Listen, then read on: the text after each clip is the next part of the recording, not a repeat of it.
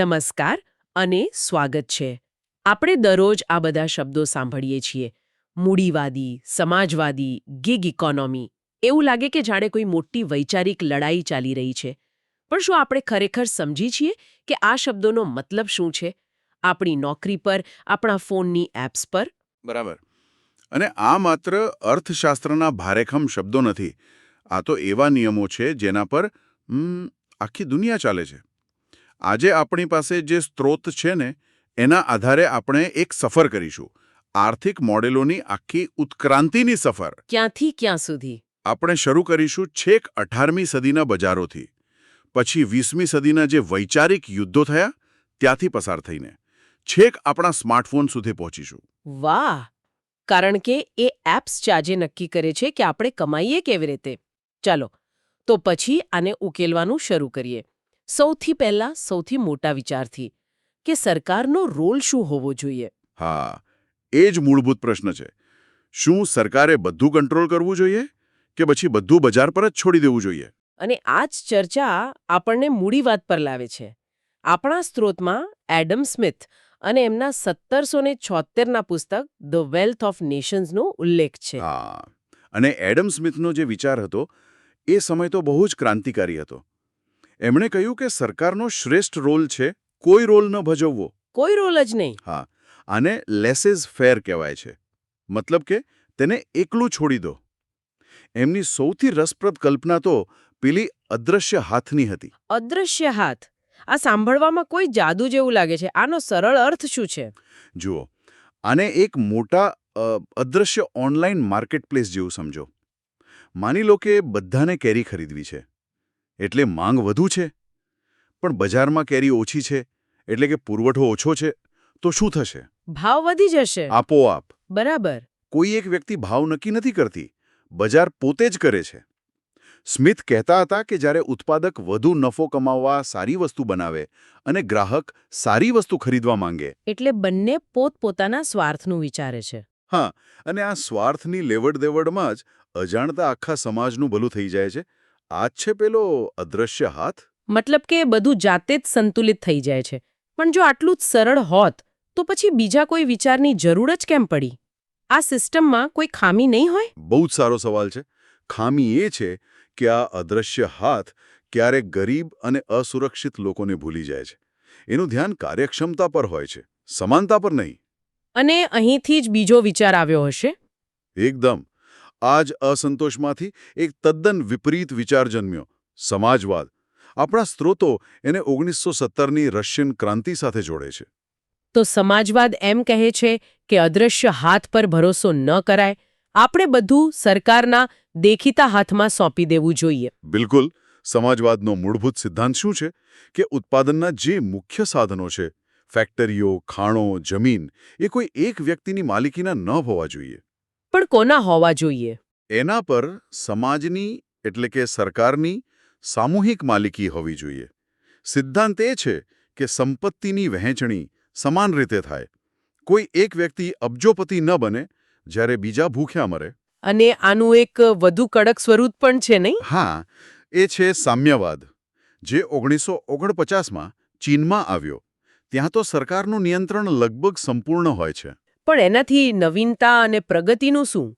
જો વધુ મહેનત કરવાથી કે નવો આઈડિયા લાવવાથી કોઈ વધારાનો ફાયદો જ ન મળવાનો હોય તો કોઈ આગામી આઈફોન જેવી વસ્તુ કેમ બનાવશે? અને આ જ સમાજવાદ સામેની સૌથી મોટી દલીલ છે. એક તરફ મૂડીવાદ, જે અસમાનતા લાવી શકે, અને બીજી તરફ સમાજવાદ, જે કદાચ આર્થિક વિકાસને ધીમો પાડી દે. આ બે અંતિમો વચ્ચે દુનિયા ઝઝૂમતી રહી. હા, અને પછી આવ્યું 1929, મહામંદી. એ ઘટના જેણે બધું બદલી નાખ્યું. લાખો લોકો બેરોજગાર, ફેક્ટરીઓ બંધ, અને પેલો એડમ સ્મિથનો અદૃશ્ય હાથ જાણે કંઈ જ નહોતો કરી રહ્યો. કલ્પના કરો, આખી સિસ્ટમ જ ભાંગી પડી હતી. ત્યારે બ્રિટિશ અર્થશાસ્ત્રી જ્હોન મેનોર્ડ કેન્ઝે એક સવાલ પૂછ્યો. શું? કે જો આ અદૃશ્ય હાથ ભાંગી ગયો હોય તો શું? એમણે કહ્યું કે આવી કટોકટીમાં સરકારે ચૂપચાપ બેસી ન રહેવાય. સરકારે કંઈક કરવું પડે. હા, સરકારે દેખીતો હાથ બનીને અર્થતંત્રમાં પૈસા નાખવા પડે. રસ્તાઓ બનાવવા, પુલ બનાવવા, જેથી લોકોના હાથમાં પૈસા આવે, તેઓ ખરીદી કરે અને અર્થતંત્રનું પૈડું ફરીથી ફરતું થાય. અને આ રીતે મિશ્ર અર્થવ્યવસ્થાનો જન્મ થયો. એકદમ. એટલે કે ન તો સંપૂર્ણપણે બજાર પર નિર્ભર રહેવું, ન તો બધું જ સરકારના હાથમાં સોંપી દેવું. બંનેમાંથી સારા તત્વો લેવા. હા. આપણા સ્ત્રોત કહે છે કે ભારતે આઝાદી પછી આ જ માર્ગ અપનાવ્યો. હા. ભારતના પ્રથમ વડાપ્રધાન જવાહરલાલ નહેરુ એવું માનતા હતા કે ભારત જેવા ગરીબ દેશ માટે બંને જરૂરી છે. ખાનગી ક્ષેત્રની ઉદ્યોગ સાહસિકતા પણ અને જાહેર ક્ષેત્રની સામાજિક જવાબદારી પણ. એટલે જ આપણે 1948ની ઔદ્યોગિક નીતિમાં જોયું કે સ્ટીલ અને વીજળી જેવા મોટા ઉદ્યોગો સરકાર પાસે રહ્યા. બરાબર. અને ઉપભોક્તા વસ્તુઓ જેવા ક્ષેત્રો ખાનગી કંપનીઓ માટે ખુલ્લા હતા. એ એક અનોખો પ્રયોગ હતો. સારું, તો આપણે દેશની અંદર સરકારના રોલની વાત કરી, પણ દેશ દુનિયા સાથે કેવી રીતે જોડાય છે એ પણ એટલું જ મહત્વનું છે, ખરું ને? હા, બિલકુલ. અને એ જ આપણને ખુલ્લી અને બંધ અર્થવ્યવસ્થાના ખ્યાલ પર લાવે છે. આ તો સીધું લાગે છે. હા, આ એકદમ સીધો ખ્યાલ છે. બંધ અર્થવ્યવસ્થા એટલે એક એવો દેશ જે પોતાના દરવાજા દુનિયા માટે બંધ કરી દે. તે બધું જાતે જ બનાવે. હા, અને બીજા દેશો સાથે વ્યાપાર નહીં કરવાનો. જ્યારે ખુલ્લી અર્થવ્યવસ્થા આયાત નિકાસ દ્વારા દુનિયા સાથે જોડાયેલી રહે છે. અને 1991 પહેલાનું ભારત એ બંધ અર્થવ્યવસ્થાની નજીક ગણી શકાય? ઘણું નજીક. ત્યારે વિદેશી કંપનીઓ માટે ભારતમાં વ્યાપાર કરવો બહુ જ મુશ્કેલ હતો. પરિણામે આપણી પાસે વિકલ્પો પણ મર્યાદિત હતા. પણ 1991ના સુધારા પછી બધું બદલાઈ ગયું? આખું ચિત્ર જ બદલાઈ ગયું. આપણે દરવાજા ખોલી નાખ્યા. અચાનક વિદેશી બ્રાન્ડ્સ, ટેકનોલોજી, રોકાણ બધું ભારતમાં આવવા લાગ્યું. આંતરરાષ્ટ્રીય સંબંધોની સાથે દેશોને તેમના વિકાસના સ્તર પર પણ વર્ગીકૃત કરાય છે. અલ્પ વિકસિત, વિકાસશીલ અને વિકસિત. આપણા સ્ત્રોતોમાં આના માટે માથાદીઠ આવકના કેટલાક આંકડા છે. હા, જેમ કે વિકસિત દેશો માટે 14,006 કરતાં વધુ. પણ આ આંકડાનો ખરો અર્થ શું છે?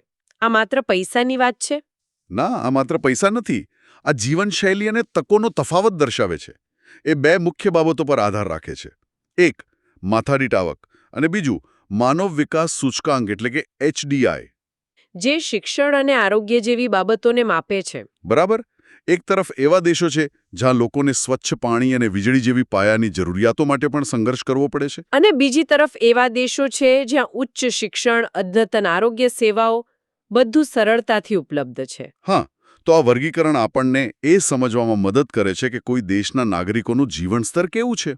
તો આપણે મોટા વૈચારિક મોડેલો અને વૈશ્વિક જોડાણની વાત કરી, પણ છેલ્લા 10-15 વર્ષમાં તો ટેકનોલોજીએ બધું એટલું ઝડપથી બદલી નાખ્યું છે કે નવા જ પ્રકારના આર્થિક મોડેલો આવી ગયા છે.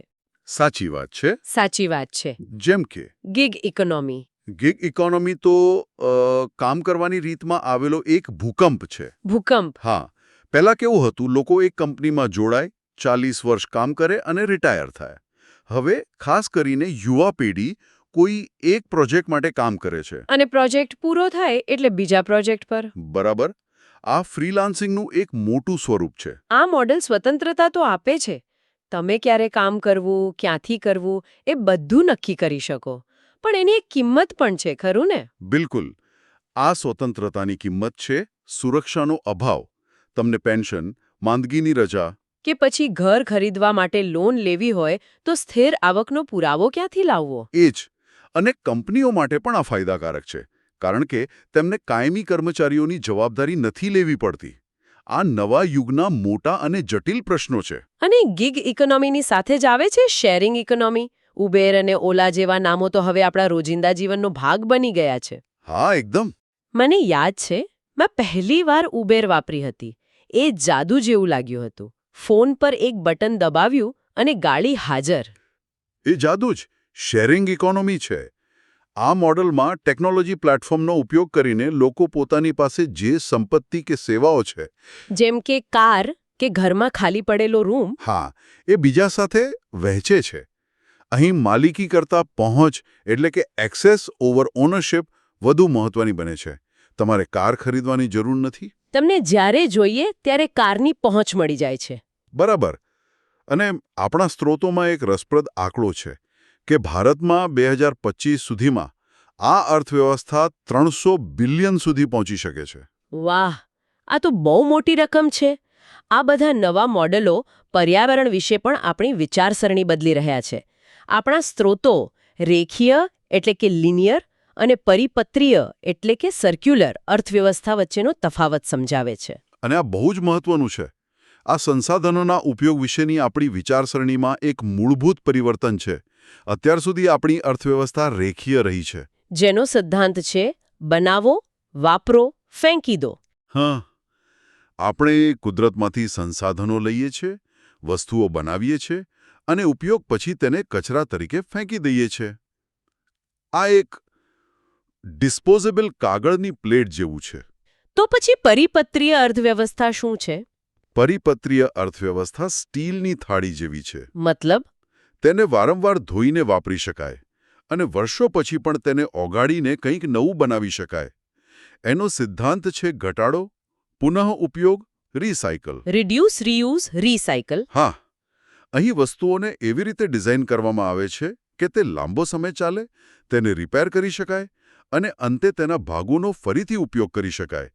આનો મુખ્ય હેતુ કચરાને સિસ્ટમમાંથી દૂર કરવાનો છે. અને આ જ વિચારને આગળ વધારતી બ્લુ ઇકોનોમી પણ છે, જે સમુદ્ર પર ધ્યાન કેન્દ્રિત કરે છે. હા, બ્લુ ઇકોનોમી એટલે સમુદ્રી સંસાધનોનો ટકાઉ ઉપયોગ. અને આ માત્ર માછીમારી પૂરતું સીમિત નથી. એમાં બીજું શું આવે? એમાં દરિયાઈ પવન ઉર્જા, દરિયાઈ પર્યટન અને દરિયામાંથી મળતી બાયોટેકનોલોજીનો પણ સમાવેશ થાય છે. આપણા સ્ત્રોતોમાં આગામી 10 વર્ષમાં 1 કરોડ નોકરીઓ બનાવવાનું લક્ષ્ય છે. આ બતાવે છે કે હવે વાત માત્ર વૃદ્ધિની નથી રહી, પણ ટકાઉ વૃદ્ધિની છે. ચાલો હવે આપણે અંતિમ મુદ્દા પર આવીએ. આપણા સ્ત્રોતો અર્થવ્યવસ્થાને કામના પ્રકાર પ્રમાણે 5 ક્ષેત્રોમાં વહેંચે છે. મોટાભાગના લોકો પ્રાથમિક, દ્વિતીય અને તૃતીય ક્ષેત્ર વિશે તો જાણે જ છે. હા, પહેલા ખેતી, પ્રાથમિક, પછી ફેક્ટરીઓ, દ્વિતીય, અને હવે સેવાઓ, જેમ કે ડોક્ટર, શિક્ષક, તૃતીય. પણ હવે આમાં બીજા 2 નવા ક્ષેત્રો ઉમેરાયા છે, ચતુર્થ અને પંચમ. આ શું છે? હા, અને આ દર્શાવે છે કે અર્થવ્યવસ્થા કેટલી જ્ઞાન આધારિત બની ગઈ છે. ચતુર્થ ક્ષેત્ર એટલે કે ક્વોટરનરી સેક્ટર સંપૂર્ણપણે જ્ઞાન અને માહિતી પર ચાલે છે. એટલે કે આમાં R&D એટલે કે સંશોધન અને વિકાસ, software development, data analysis, design આ બધું આવે. આ એ લોકો છે જે વિચારોનું સર્જન કરે છે. અને પંચમ ક્ષેત્ર? એને તો ગોલ્ડ કોલર જોબ્સ કહેવામાં આવ્યું છે. આ તો બહુ રસપ્રદ લાગે છે. પંચમ ક્ષેત્ર એટલે કે ક્વિનરી સેક્ટર એ પિરામિડની ટોચ છે. આમાં એવા લોકોનો સમાવેશ થાય છે જે સમાજ અને અર્થવ્યવસ્થા માટે સૌથી મોટા અને સૌથી મહત્વપૂર્ણ નિર્ણયો લે છે. જેવા કે મોટી કંપનીઓના CEOs, સરકારના ઉચ્ચ અધિકારીઓ જેમ કે IAS અને દેશના ન્યાયાધીશો. આ એ લોકો છે જે નવી નીતિઓ બનાવે છે અને દેશની દિશા નક્કી કરે છે. એક મિનિટ, આપણા સ્ત્રોતમાં એક અદ્ભુત તથ્ય છે કે આ ક્ષેત્રને આઉટસોર્સ કરી શકાતું નથી. આ તો બહુ મોટી વાત છે. સાચી વાત.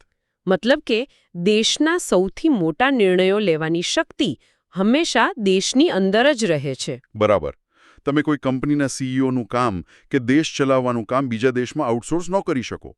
આ ઉચ્ચ સ્તરની નિર્ણય લેવાની શક્તિનું કેન્દ્ર છે. અને જેમ જેમ અર્થવ્યવસ્થા વધુ જટિલ બને છે તેમ તેમ આ ક્ષેત્રનું મહત્વ વધતું જાય છે. તો આપણે એડમ સ્મિથના અદૃશ્ય હાથથી શરૂ કરીને ગોલ્ડ કોલર જોબ સુધીની એક લાંબી અને ખરેખર રસપ્રદ સફર કરી. તે સ્પષ્ટ છે કે અર્થવ્યવસ્થા કોઈ એક સ્થિર વસ્તુ નથી. ના, બિલકુલ નહીં. એ તો એક જીવંત અને સતત વિકસતી સિસ્ટમ છે જે ટેકનોલોજી અને આપણી જરૂરિયાતો સાથે બદલાતી રહે છે. અને આનું મુખ્ય સારાંશ એ છે કે આ બધા મોડેલો માત્ર સિદ્ધાંતો નથી, પણ પસંદગીઓ છે. દરેક મોડેલ પાછળ એક વિચારધારા, એક પ્રાથમિકતા છુપાયેલી છે. જેમ કે વ્યક્તિગત સ્વતંત્રતાને વધુ મહત્વ આપવું કે સામૂહિક કલ્યાણને? બરાબર. કે પછી આર્થિક વૃદ્ધિ માટે પર્યાવરણનું બલિદાન આપવા તૈયાર છીએ કે નહીં? આ બધા પ્રશ્નોના જવાબો કોઈ દેશ કયા પ્રકારનો આર્થિક મોડેલ અપનાવે છે તેમાં દેખાય છે. આખી ચર્ચા પરથી એક વિચાર આવે છે. આપણે જૂના વિચારધારા આધારિત મોડેલોથી શરૂઆત કરી, મૂડીવાદ વિરુદ્ધ સમાજવાદ. હા, અને હવે આપણે ગિગ, શેરિંગ અને સર્ક્યુલર જેવા વધુ વ્યવહારુ અને સમસ્યા કેન્દ્રિત મોડેલોની વાત કરી રહ્યા છીએ. અને આ જ એક મોટો પ્રશ્ન ઊભો કરે છે. કયો? શું 20મી સદીની પેલી મોટી વૈચારિક લડાઈઓ હવે ઓછી પ્રાસંગિક બની રહી છે? કારણ કે આજે આપણે આબોહવા પરિવર્તન, વૈશ્વિક મહામારી, ટેકનોલોજીકલ પરિવર્તન જેવા એવા પડકારોનો સામનો કરી રહ્યા છીએ. જે કોઈ એક વિચારધારાના દાયરામાં બંધ બેસતા નથી. બરાબર. કદાચ આ પડકારો માટે આપણને નવા, વધુ લવચિક અને વૈશ્વિક મહામારી, ટેકનોલોજીકલ પરિવર્તન જેવા એવા પડકારોનો સામનો કરી રહ્યા છીએ. જે કોઈ એક વિચારધારાના દાયરામાં બંધ બેસતા નથી. બરાબર. કદાચ આ પડકારો માટે આપણને નવા, વધુ લવચિક અને સહયોગી આર્થિક મોડેલોની જરૂર છે, જે કોઈ વાદમાં બંધાયેલા ન હોય. આ એક વિચારવા જેવી વાત છે.